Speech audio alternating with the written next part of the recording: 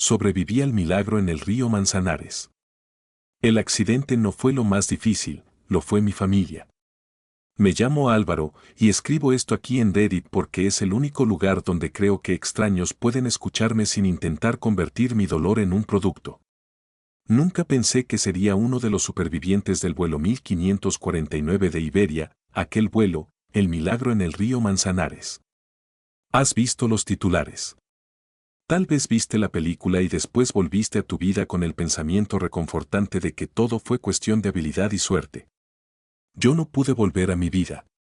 Me dieron una nueva, una que no pedí, y una familia que intentó manejarla como si fuera un negocio. Tenía 27 años y me movía rápido hacia ninguna parte. Mi título laboral decía asociado, que en el mundo corporativo significa aire extra en una reunión.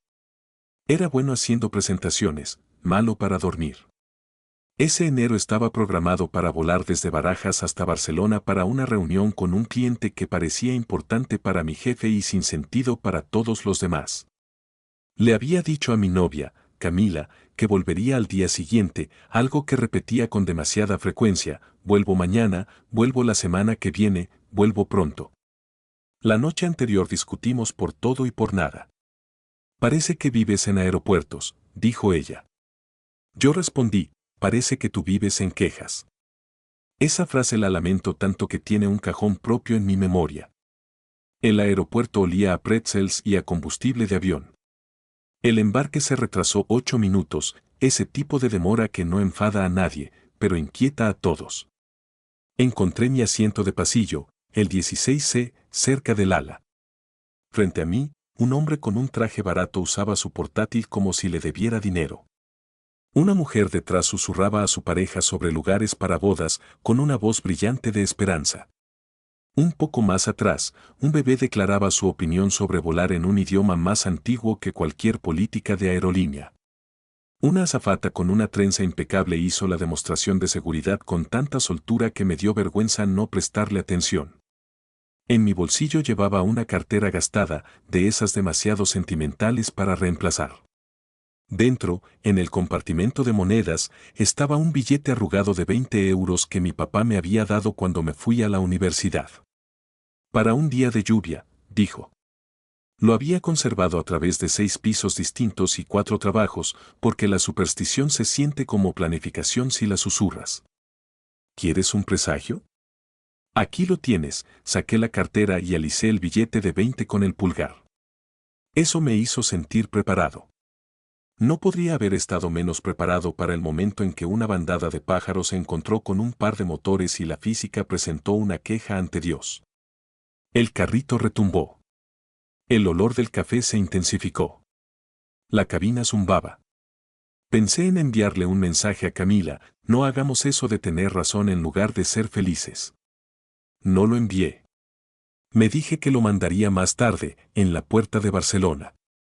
Más tarde es el mentiroso más rico que conozco. Aceleramos, rodamos y despegamos. La ciudad quedó atrás en bloques y puentes. El río era una cinta oscura, obediente y pequeña desde allí arriba. Nivelamos. El auricular crepitó con la voz del piloto, tranquila y normal. La gente se acomodó en la coreografía suave del vuelo: leer, dormir, desplazarse en el móvil, fingir estar bien. Podía saborear el metal de la cabina y el azúcar de la pequeña Coca-Cola que acepté solo para tener algo en las manos. Todo era normal exactamente durante el tiempo que tarda uno en pensar: las cosas son normales. Los supervivientes te dirán que el tiempo se ralentiza. No es cierto. El tiempo acelera como si conociera un atajo y tú no. Eres tú quien se vuelve lento. Tus manos se vuelven torpes.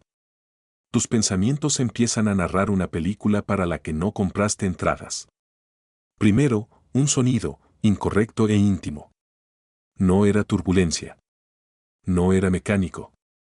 El tipo de sonido que esperarías si una garganta metálica tragara piedras. La gente levantó la vista como si el ruido fuera una pregunta que podían responder quedándose muy quietos. Luego vino un segundo sonido, más grave. Como si el avión tosiera y algo importante no respondiera. Descendimos. Mi estómago lo entendió antes que mi cabeza. Las ventanas se llenaron de ángulos que no deberían tener, ala, agua, edificios demasiado cerca para pertenecer a un mundo en el que volábamos. Las luces parpadearon. El bebé detrás de mí tomó una respiración tan grande que partió el silencio en dos. El intercomunicador chisporroteó. La voz del capitán llegó como un veredicto que ya había sido dictado. Este es el capitán. Prepárense para el impacto. Impacto. La gente usa esa palabra como metáfora. Después, yo ya no. Impacto es la manera en que tu pecho se encuentra con un cinturón que se niega a ser tu amigo. Es el café convirtiéndose en tormenta y los compartimentos superiores discutiendo con la gravedad. Es la orquesta de cubiertos, teléfonos y oraciones. Es el combustible metiendo sus dedos en tu garganta. Está el momento en que piensas, cinturón de seguridad. Luego el siguiente, cuando tus dedos ya no recuerdan las formas.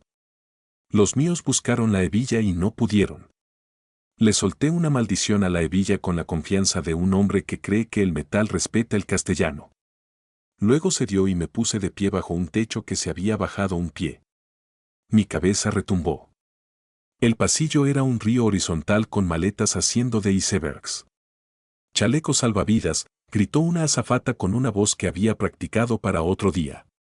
Debajo del asiento, tiren, tiren. Cogí el mío. El hombre del asiento de enfrente miraba un hueco vacío donde debería estar el suyo. No, no lo encuentro, no fue heroísmo. No fue una decisión.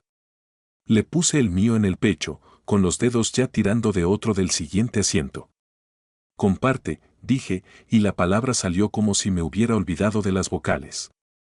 El agua llegó como un plan, rápida y brutal. Me mordió las espinillas con dientes de enero y empezó a subir. Una bufanda se aferró a mi rodilla. El plástico flotaba como flores en un memorial. Las pequeñas luces en el suelo marcaban un camino y luego se apagaron a mitad de mostrarlo. Perdí mi zapatilla izquierda cuando una ola golpeó el pasillo y convirtió todo en una comedia absurda. Sé que suena tonto, pero casi volvía por ella. El cerebro busca simetría incluso cuando el cuerpo solo quiere oxígeno. Me imaginé en las noticias con un solo zapato y pensé, así no.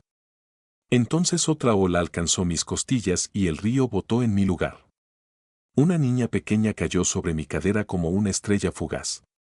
Un segundo antes su madre la sujetaba, al siguiente estaba en mis brazos porque la mujer necesitaba sus manos para encontrar algo, lo que fuera. La niña gritó una nota que parecía del inicio del mundo. Está bien, mentí, porque mentir es una forma de amar en medio de una emergencia.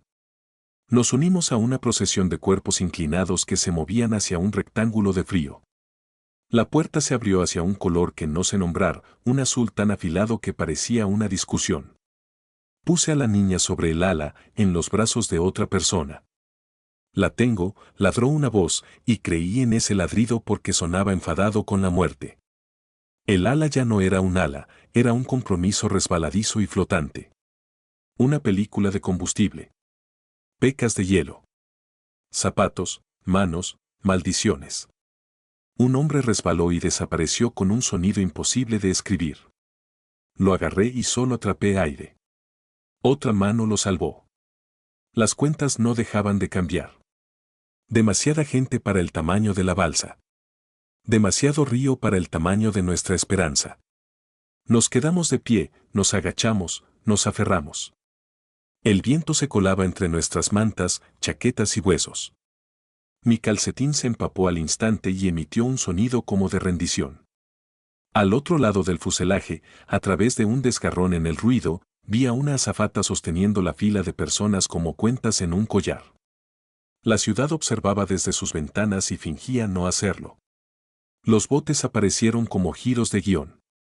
Voces desde el agua, quédense en el ala, no salten. El ala se hundió un poco, nosotros doblamos las rodillas como si hubiéramos entrenado para eso. Manos, cálidas, enguantadas, firmes, nos alaron hacia los ferries. Me senté en un suelo que se movía menos que el ala y comprendí que mis manos no dejarían de temblar. Una manta plateada me convirtió en una patata asada humana.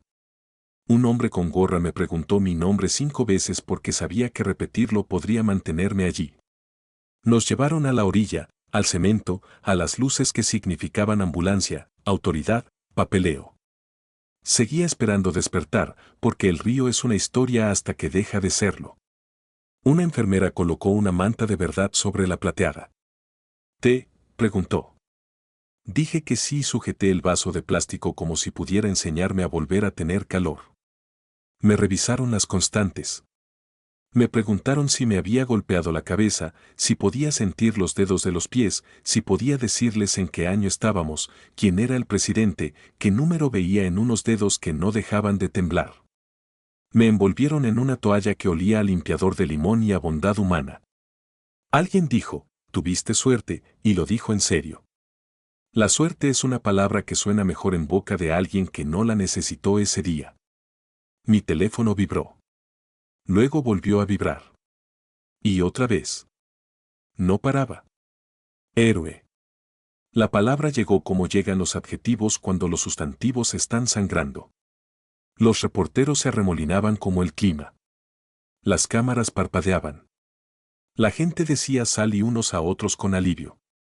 Una mujer con un abrigo que costaba más que mi alquiler me sonrió como si ya conociera mi historia, porque el esquema bastaba. Señor, ¿le importa contarnos qué sintió?, preguntó un hombre de cabello perfecto, micrófono en mano como un arma que prometía no usar. Lo miré y pensé, como ahogarse en un archivador, lo cual no sirve de titular. Dije, frío. Él parpadeó, decepcionado, y se fue a buscar a alguien que pudiera convertir el terror en un arco narrativo de 3 actos. Quise llamar a Camila y decirle que sentía haber usado la palabra quejas como insulto. Quise decirle que hubo un momento en que estuve seguro de que iba a morir y que en ese instante lo único que deseaba era no haber desperdiciado tanto tiempo teniendo razón. Mis dedos flotaron sobre su nombre. Luego pensé, que no se entere por las noticias. Y marqué. Sonó. Fue a buzón. Dije, estoy bien, y colgué rápido porque tenía que demostrármelo a mí mismo. Mi familia me encontró antes que ella. Primero mi hermana, Elena. Tiene una voz que puede cortar vidrio y hacerlo brillar. Dios mío, Álvaro, estás en la tele. Te estoy viendo en urgencias, eso plateado es una manta, ¿tienes frío?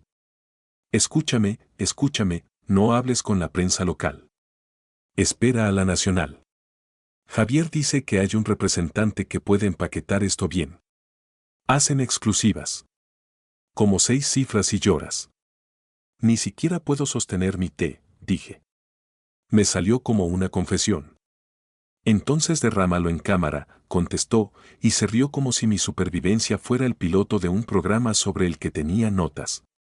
Voy para allá, añadió, ya escribiendo, ya planeando. Nos adelantaremos. Este es tu momento.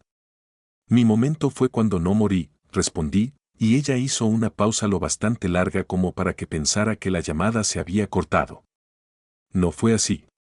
Solo estaba decidiendo si esa frase podía convertirse en mercancía. Después llamó mamá. Cariño, gloria a Dios. Gloria a Dios. Lloraba entre palabras y luego el llanto se tensó en algo organizado. El pastor quiere orar contigo en cámara. Dice que es un testimonio. La gente será bendecida, y a nuestra iglesia realmente le vendría bien la visibilidad después de lo del techo. Lo del techo, pregunté, porque mi cerebro no era bueno recordando goteras después de casi morir. La filtración, dijo. En fin, cariño, no te comprometas con nadie sin hablar con tu tío Vicente. Él sabe de contratos. Bajó la voz.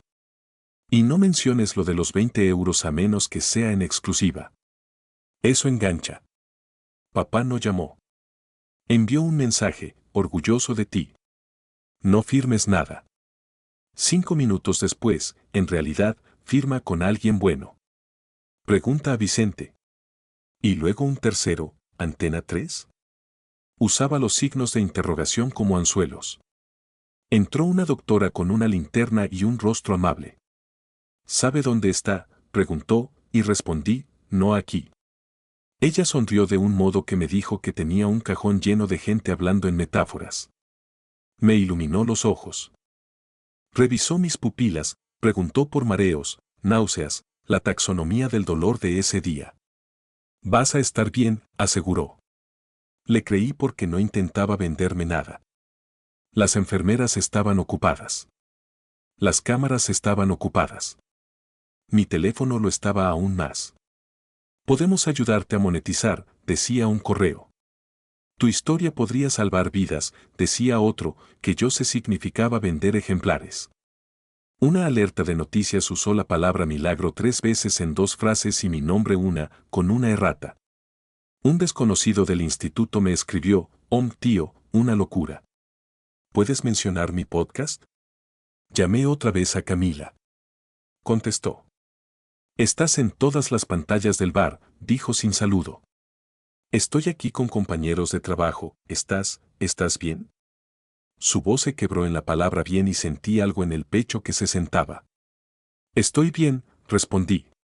Quiero decir, no lo estoy. Pero sigo aquí.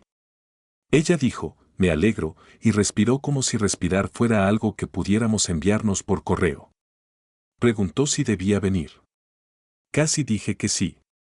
La doctora regresó con un formulario y le dije, te llamo luego, y odié que luego aún sonara a plan. Al caer la tarde, ya me habían fotografiado, calentado, vestido con ropa que no era mía y ofrecido más botellas de agua de las que el río habría agradecido. Elena llegó con un abrigo que tenía opiniones propias. Besó el aire cerca de mi mejilla. Tenemos que ser estratégicos, dijo. He conseguido 3 medios.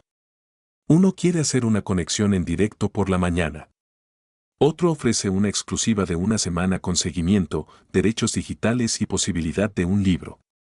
Tenemos que armar un paquete, el billete de 20 euros, tu zapato perdido, tal vez un dibujo infantil del avión. Dios mío, ¿tienes un dibujo infantil del avión? Tengo SOC, dije. El SOC es genial, dijo Elena, y vi cómo su cerebro lo colocaba mentalmente en una diapositiva. Lo enmarcaremos como resiliencia. La gente consume resiliencia. Pensé en la niña pequeña. En la mujer que gritó la tengo, como si hubiera nacido para ese momento. La niña, dije, pesaba más que el miedo. Los ojos de Elena brillaron. Más que el miedo, repitió. Podemos usarlo. Cerré los ojos. El ala se inclinaba en la oscuridad detrás de mis párpados. El frío volvió como un amigo del que te alejaste por una buena razón. Un voluntario me trajo una bolsa de plástico con mis cosas. Cartera, presente. El billete de 20 euros, todavía doblado como una mala broma. Una zapatilla, la derecha. La izquierda había decidido emigrar al río. La bolsa incluía una nota que decía, de la tripulación del ferry, lo hiciste bien. Quise llorar de una manera que no servía para la cámara. Me dieron el alta con instrucciones, descansar, vigilar síntomas de conmoción, hablar con alguien si el río volvía cuando no debía. El trauma encuentra puertas ocultas, dijo la doctora. No finjas que no lo oyes. Me entregó una tarjeta con un número. No la puse en la cartera. La guardé en el bolsillo, donde van las cosas que importan, al lado de las manos. Afuera, Elena pidió un coche por una aplicación. Deberíamos hacer un repaso de la historia, dijo. Cronología, adjetivos, momentos clave. El pastor le escribió a mamá, dice que lo del techo realmente podría, se detuvo al ver mi cara. ¿Qué? Preguntó. ¿Demasiado pronto para bromas? Demasiado pronto para intereses, respondí. Ella parpadeó, archivó la frase para más tarde y le dio al conductor mi dirección como si fuera dueña de los mapas. El hogar era un pequeño apartamento que sabía cómo sostener a una persona sin ahogarla. Cerré la puerta y el silencio me dijo, elige una silla. Llora si quieres. Elena extendió su abrigo sobre el sofá como si fuera alérgico a la tela. Bien, dijo, sacando una libreta. Revisión de activos. ¿Activos? Pregunté. Detalles que la gente compra, contestó con rapidez. Objetos con gravedad narrativa. El billete de 20 euros. La zapatilla solitaria. La frase, más que el miedo, ¿dijiste una oración? No mientas, pero si lo hiciste, ¿podemos ponerlo cerca del impacto? No recé, dije. Estaba ocupado. No pasa nada, respondió. Podemos hacer gratitud. La gratitud funciona bien. Mi teléfono se iluminó. Mamá. Lo dejé sonar. Volvió a encenderse, mamá otra vez. Elena levantó una ceja. Va a venir con sopa y buenas intenciones, advirtió. El timbre sonó 8 minutos después, probando que mi hermana era psíquica o que nuestra familia era predecible como una ciencia. Mamá entró con tuppers y un plan. Me abrazó de una manera que deseaba y no deseaba al mismo tiempo. Mi valiente niño, dijo contra mi cabello. Luego me sujetó de los hombros y tomó inventario. Estás más delgado, comentó, porque las madres son básculas. Vamos a usar esto para bien, añadió, porque las madres también pueden ser gerencia. Papá llegó una hora después, con una expresión que decía orgullo, oportunidad y no lo arruines, en un idioma hecho de cejas. Tu tío Vicente dice que hay un bufete especializado en narrativas post-incidente, explicó. Ellos se encargan, ya sabes, de la decencia. Pero son tiburones. Necesitas tiburones. Necesito dormir, respondí. Las palabras se sintieron como una almohada que no podía pagar. Dormiremos después del programa de la mañana, canturreó Elena. Tienen un coche a las 7. No, dije. La OE no se sintió pesada en mi boca, como una moneda que no había usado en años. Elena parpadeó. ¿Qué? No entrevistas, afirmé. Hoy no. Tal vez nunca. El silencio se extendió como una mancha. Mamá se recuperó primero. Cariño, con esto puedes hacer el bien, dijo. La gente necesita escuchar tu testimonio. ¿Testimonio de qué?, pregunté. ¿Del frío, de la suerte? Los héroes fueron los pilotos. Yo solo estaba allí. Papá se frotó la mandíbula, una señal de que pensaba que yo estaba haciendo emociones en lugar de matemáticas. También está el ángulo financiero, dijo con cautela. Indemnizaciones, dinero para terapia, la terapia no es barata, tiempo libre en el trabajo. Tengo un empleo con licencia, respondí. Él sonrió de esa manera en que algunos hombres lo hacen cuando sospechan que tu trabajo es ficticio. Claro. Pero 6 cifras por una exclusiva podrían ayudarte. Tu hermana tiene razón, estas ventanas se cierran. No quiero una ventana, dije. Quiero una puerta que cierre con llave. Mamá sacó la carta del pastor. Esto es más que dinero, dijo. Tu historia podría ayudar con el techo, se detuvo. Yo solté una carcajada, fuerte y fuera de lugar. El techo, repetí. Estás usando mi accidente para tapar una gotera. Su boca se tensó. No seas cruel, replicó. Deja de ser oportunista, contesté. Elena se inclinó hacia adelante, codos en las rodillas, ojos brillantes como en campaña. Si no harás el programa de la mañana, al menos haz la exclusiva de horario estelar, insistió. Ya les adelanté lo de tu billete de 20 euros y la foto del zapato perdido. Están obsesionados. Y un podcast me escribió, enorme audiencia, sensible con el trauma, más o menos, segmentos de llanto muy cuidadosos. Segmentos de llanto, repetí, como si al decirlo muchas veces dejara de significar algo. Se quedaron hasta que mi apartamento se sintió más pequeño que el ala. Cuando se fueron, se llevaron algo de aire consigo. Tras cerrar la puerta, me quedé en la cocina escuchando el zumbido de mi nevera como una máquina afortunada. Saqué la tarjeta de la doctora del bolsillo y la puse en el mostrador, junto a mis llaves. No llamé. Esa noche, el sueño no me visitó. Cuando cerraba los ojos, el agua caía sobre mí con la limpieza y la dureza que solo el agua conoce. Mi cuerpo se tensaba cuando el calor de la ducha silbaba y de repente se volvía frío. Vi la boca de la niña pequeña formando el dolor sobre mi hombro. Oí, prepárense, en la voz de un desconocido. Olí el combustible y el limpiador de limón peleando en el mismo aire. Me senté en el suelo y respiré siguiendo las cuentas que un extraño en YouTube decía que podían salvarme. 4 al inhalar, 7 al sostener, 8 al exhalar. Respirar me hacía sentir como alguien a quien quizá podrían reconocer más tarde. A la mañana siguiente desperté con 62 mensajes sin leer y 2 personas en mi portal, mamá con magdalenas y mi tío Vicente con una carpeta. Solo para repasar, dijo. Algunas opciones. Extendió folletos brillantes como si eligiéramos azulejos para una cocina. Cadenas de televisión. Propuestas de libros. Un escritor fantasma que en realidad es más bien un ángel. Una agencia de conferenciantes. Pueden conseguirte charlas corporativas, resiliencia, liderazgo, trabajo en equipo bajo presión. Alto margen. No quiero convertirme en una charla TED, respondí. Son 15 minutos, sonrió. Luego preguntas y respuestas. Elena me escribió desde la acera, si sigues diciendo que no, te arrepentirás. Después añadió, te quiero porque somos una familia que pone azúcar en los cuchillos. Intenté volver al trabajo una semana después. La oficina tenía globos y luego un pastel que decía bienvenido de nuevo, hombre milagro con un glaseado tan chillón que violaba los códigos.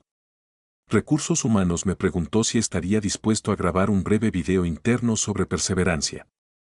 Alguien de marketing bromeó sobre aprovechar mi marca personal. Mi jefe me dijo que me tomara todo el tiempo que necesitara y luego me puso a preparar una presentación urgente para un cliente de aerolíneas. El universo odia los presagios tan obvios.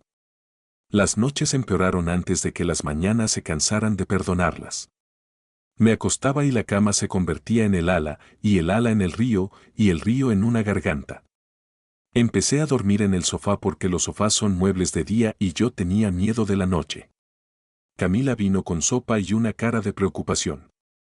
Intentamos hablar y terminamos hablando entre paréntesis.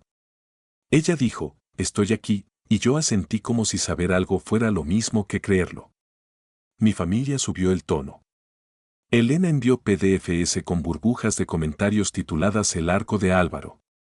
Mamá envió apuntes de sermones, en los márgenes había escrito, si Álvaro llora aquí, poner canción de alabanza.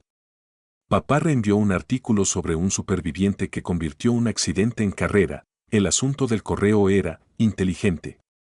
Lo siguió con otro enlace, más inteligente, anticipo mayor. Intenté decir que no en todos los dialectos amables del amor. No se tradujo. Estás desperdiciando esto, me escribió Elena. La gente mataría por esta plataforma. Mamá dijo, Dios no te salvó para que acapares tu bendición. Papá dijo, no seas mártir de la modestia. Tío Vicente dijo, estás siendo emocional, deja que los adultos se ocupen. Esa me revolvió el estómago tan rápido que tuve que sentarme. El punto de quiebre no fue grandioso. Fue un martes, con la luz barata colándose entre las persianas, el tipo de día que cree que no es nadie.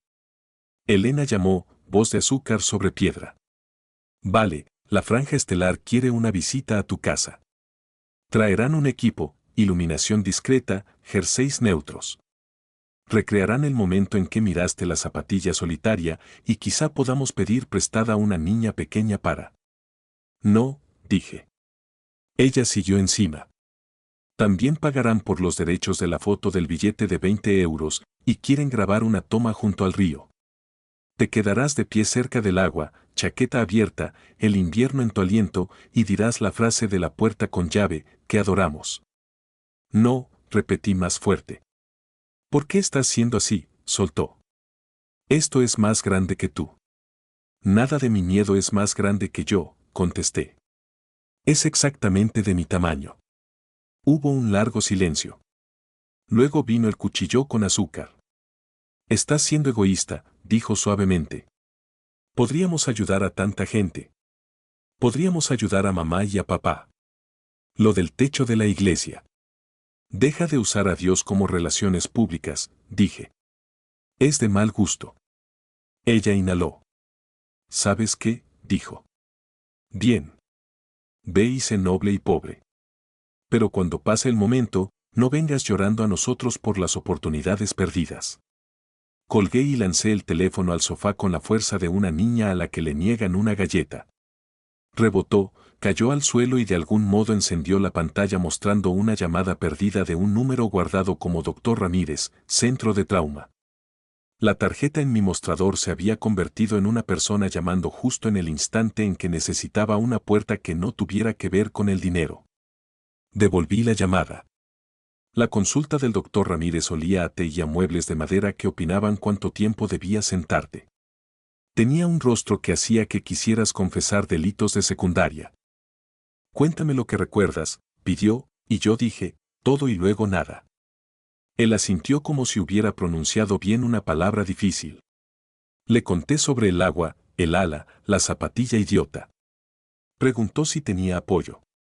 Respondí, demasiado, pero del tipo equivocado. Hizo un pequeño sonido que alguien podría confundir con una risa si no hubiera estado prestando atención a la bondad durante un tiempo. Háblame del apoyo equivocado, dijo. Y hablé.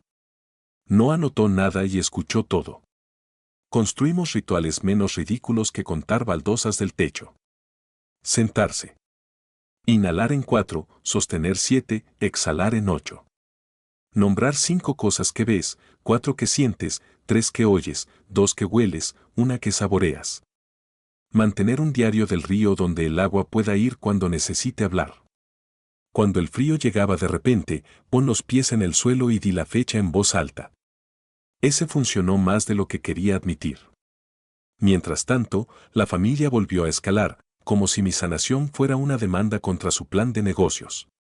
Mamá mandó un mensaje, el pastor dice que el presupuesto del techo se duplicó, seguido de un emoji llorando que se sentía como fraude. Papá llamó con un tono que la gente usa para negociar. Y si haces una sola entrevista, sugirió, y prometemos no pedirte nada más. Promesa es una palabra que nuestra familia usa como cinta adhesiva. Aguanta hasta que llegue el calor. Intentaron rodeos. Elena envió un mensaje privado a Camila, que fue demasiado educada para colgar. «Lo amas, ¿verdad?», le dijo. «Entonces ayúdalo a ayudarse. La depresión es egoísta». Cuando me enteré, me puse frío de una manera que incluso el río Manzanares respetaría.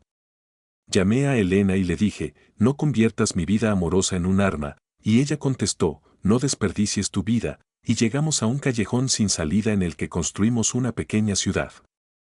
El crescendo llegó, como llegan los crescendos, porque la gente que no escucha uno sigue subiendo el volumen.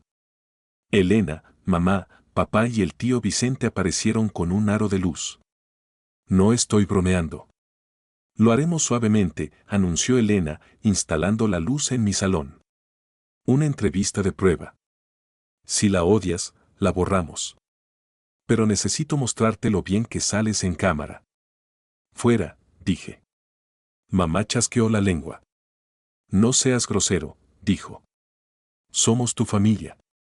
«Eso no es un pase libre», respondí. No se movieron. Colocaron la silla. Papá alisó el cojín como si alisar cojines controlara las consecuencias. Tío Vicente probó el sonido en un micrófono que había pedido prestado a un primo que hace bodas. «Di tu nombre para el registro», indicó. Me puse de pie tan rápido que la habitación se inclinó sin necesidad de aviones. «No», dije, moneda vieja y nueva a la vez. «No voy a darles esto». Elena puso los ojos en blanco. «Álvaro, lo estás complicando». «El trauma es complicado», contesté. «Ustedes lo están convirtiendo en mercancía». Mamá intentó con lágrimas. «Es buena en eso».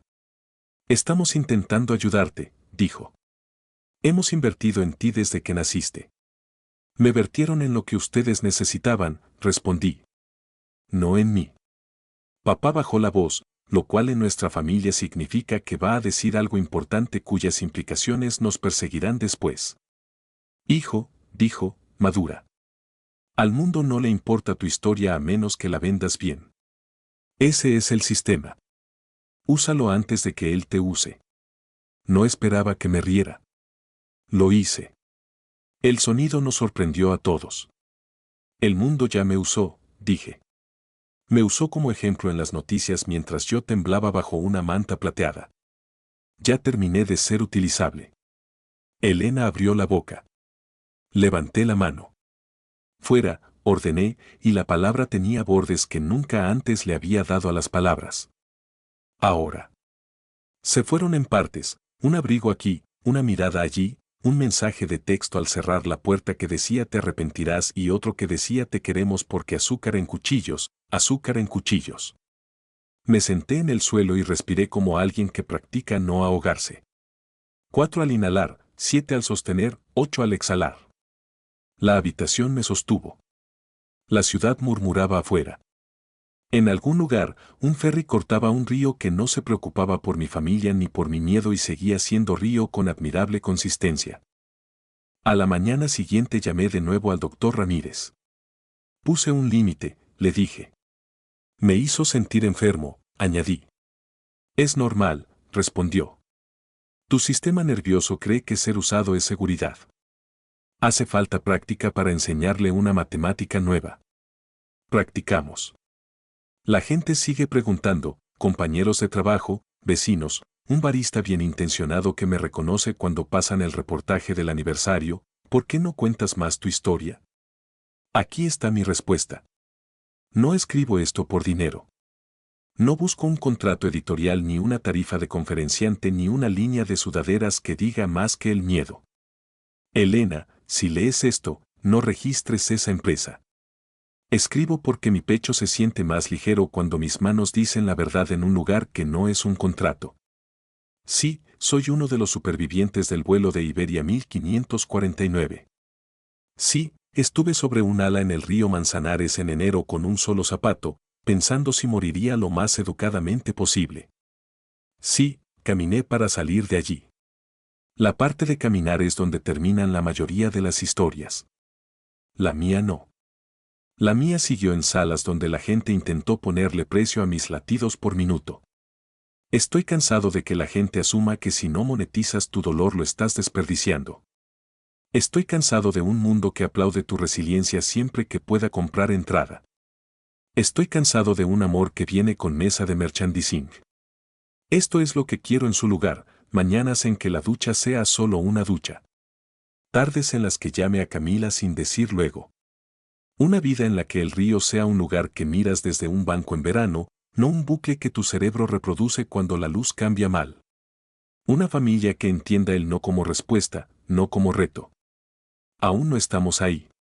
Elena todavía envía enlaces ocasionales precedidos de solo y seguidos de estás perdiendo tu momento.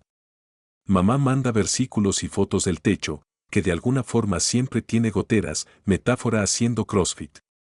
Papá reenvía artículos sobre gestión de marca como si el amor fuera un embudo.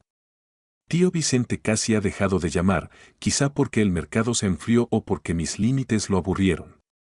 Pero esta semana algo pequeño cambió. Fui al doctor Ramírez y me senté sin moverme durante 8 minutos enteros. Caminé junto al río con Camila y mis piernas no se tensaron como cables. Ella deslizó su mano en la mía y dijo, no tienes que demostrar nada, y la creí durante 3 respiraciones seguidas. Mi pie izquierdo aún es mejor con los calcetines que el derecho, pero estamos volviendo a comprar zapatos de a pares. Un niño de mi edificio, 7 años, le falta un diente delantero, me dibujó un avión con alas de caricatura y muñecos de palito sonriendo encima. Me dijo, saliste en la tele una vez, con admiración, y luego, más importante, ¿quieres ver mis cartas de Pokémon? Quise. Nos sentamos en la alfombra del pasillo y las ordenamos por tipo, así es como la sanación se cuela, ordinaria, tonta, perfecta. Conservé el billete de 20 en mi cartera. No porque crea en el dinero para días de lluvia, sino porque me recuerda que a veces la superstición y el amor son de la misma tela, solo doblada distinto. Cuando mi mano toca ese papel gastado, no pienso en emergencia. Pienso en vida. Si esperabas venganza, no la tengo. No hay un enfrentamiento dramático con Elena donde ella llore y se arrepienta en directo. No hay clip barrel mío rechazando una entrevista en horario estelar mientras un presentador frunce el ceño con solemnidad. No pronuncio un monólogo en la iglesia sobre goteras del techo y morales. Las victorias de la vida real son más silenciosas. Contestamos menos llamadas. Respondemos mensajes con no disponible. Nos alejamos de los aros de luz. Nos sentamos en salas donde la única audiencia es una persona que te dice que respires. Todavía sueño con agua. Algunas noches el ala es un pasillo hacia un lugar que no es la muerte y no encuentro mi billete. Otras, el río es manso y yo soy un barco. El doctor Ramírez dice que nuestros cerebros rehacen lo que les dolió hasta saberse los pasos de memoria y luego, poco a poco, olvidarlos para nuevos. Yo quiero nuevos pasos. Quiero ser torpe al bailar hasta que cambie la canción. Así que aquí está mi confesión, por si necesitas una que acompañe la tuya. Sobreviví a un accidente aéreo y luego sobreviví a la atención. La segunda supervivencia requirió más habilidad. Requirió una palabra que no había usado bien antes, no. Requirió amigos dispuestos a sentarse en el suelo a beber té en silencio. Requirió una novia dispuesta a tomarme de la mano sin pedirme un ángulo. Requirió un terapeuta que entiende que algunas puertas deben permanecer cerradas aunque una cadena de televisión llame. Requirió el valor de dejar que mi vida fuera más pequeña y más verdadera, en lugar de ruidosa y prestada. Si lees esto porque crees que el trauma es una escalera, no tengo nada para ti. Si lo lees porque tienes tu propio río y tu propia familia con un aro de luz, te veo. Tienes derecho a sanar sin cámaras. Tienes derecho a ser el héroe solo de tu sistema nervioso. Tienes derecho a no ser una marca. Tal vez algún día lo cuente todo. El ángulo exacto del ala, el peso de la niña, el sabor del combustible y el limpiador de limón, la forma en que el suelo del barco se sintió como un milagro porque era madera y no agua. Tal vez me siente en un estudio y diga las frases que el mundo quiere en su orden favorito. Tal vez. No lo sé. Pero no hoy. Y definitivamente no por dinero.